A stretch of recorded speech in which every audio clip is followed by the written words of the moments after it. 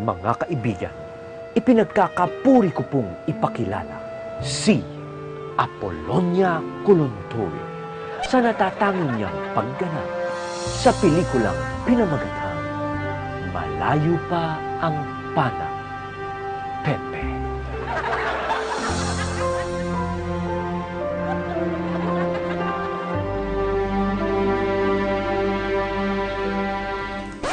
Excuse me, Apple. Dumating na si Virginia. Yung gaganap na birhen, okay na siya. Eh, paano kung pack up na ko? Hindi. May ibibigay yatang ibang role sa'yo si Direk. Yung mas markado. Ah, talaga? Ano daw? Ikaw na yung gaganap na lalay. Yung luka-luka. Tapos, tatalon ka sa bangin. Basag ang mukha mo. Hindi ka na makikilala. O, di ba? Mas gumanda ang role mo. Pang-award. Kaga pala ito eh. Maganda ba yung role na yun? Pang-award? Basag ang mukha ko?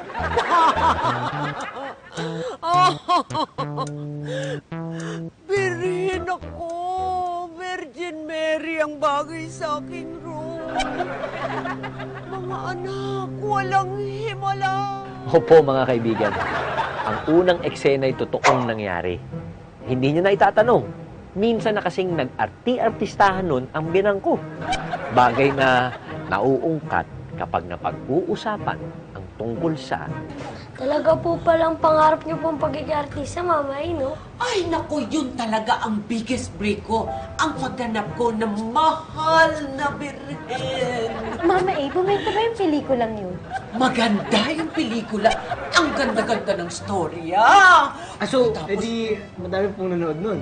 Basta, maganda siya. Alam ko na, gusto niyo i-acting ko sa inyo kung anong ginawa ko noon nung pumapil akong mahal na birhen. Una, sabi kong ganyan, Tan! Kayo, hahaplusin ko kayo. Kayo, lahat kayo, itong himala. Ha? May ganyan po bang nangyari sa Marla Belén? Ang OA! Dakbuhan kita dyan eh, ha? Pa-comment-comment ka pa dyan. Ano naman ang alam mo sa acting? Kung hindi ka pa mukhang unggoy! Ay, mami, hindi lang mukhang unggoy. Unggoy talaga yan. Pakita mo. Pagkatapos ganito nga, sabi ko pa, lumuhod pa akong ganyan. Pagkatapos yung mga tao nagpalakpakan. Sabi ko, galing-galing ng acting mo! Sa akin okay lang naman na ikwento ng biyanang ko sa mga bata ang tungkol sa naudlot niyang pangarap na maging artista. Pero, sana naman, magsabi naman ang totoo. Anong tinatawa-tawa niyo dyan, ha? Mami, totoo po bang di po talaga gumanap na mahal na birhen si Mama A? Sinabi ko na yung totoo, no? Wala namang masama doon Huwag mo nang pagtakpan yung nanay mo, no? Oo. Totoo yung sinabi ng daddy mo. Hindi talaga mahal na birhen yung role na ginawa ng lola mo noon, kundi... luka-luka.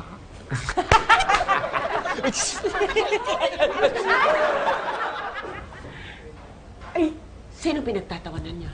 Ay, Mga unas pala kayo. Makaalis na nga. Hay! minsan, may nakapagsabi sa akin, kahit daw matanda ka na, tuparin mo pa rin yung naudlot mong pangarap. Lalo na kung kaya mo pa naman Tulad ng siyang to. Hindi ka ba naiilang dyan sa suot mo? Di ba makikipag-meeting ka lang muna doon sa dati mong producer? Oo nga, ma. So, hindi lang kayo ang tunay na magulang ko tsaka ikaw ang nanay ko? Baka sinipa na kita palabas dito sa loob ng kotse. Ano ka naman kayo? Baka naman imbis na maisama kayo dun sa pelikula, baka mapalabas pa kayo dun sa opisina ng producer na yon. Uy, bakit ba?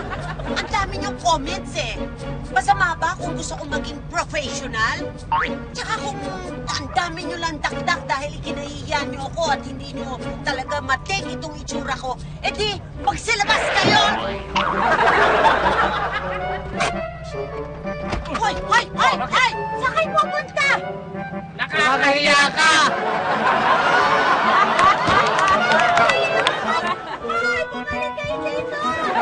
bumabansay. Pumasya lang ako dun sa direktor. Pagkatas hindi na ako pinalis, bigyan na ako ng role.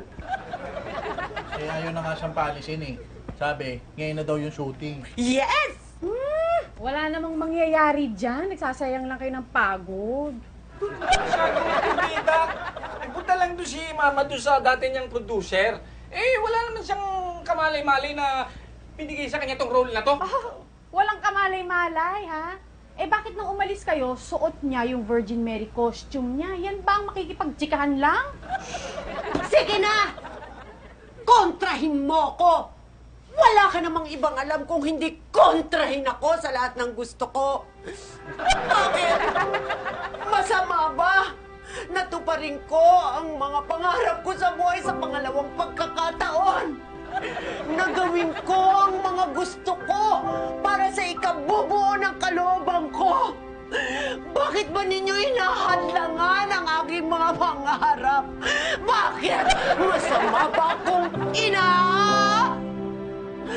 Diba? Masamang ina! Sagot! Gut. Bakit ba tuwing mag-iimot ako?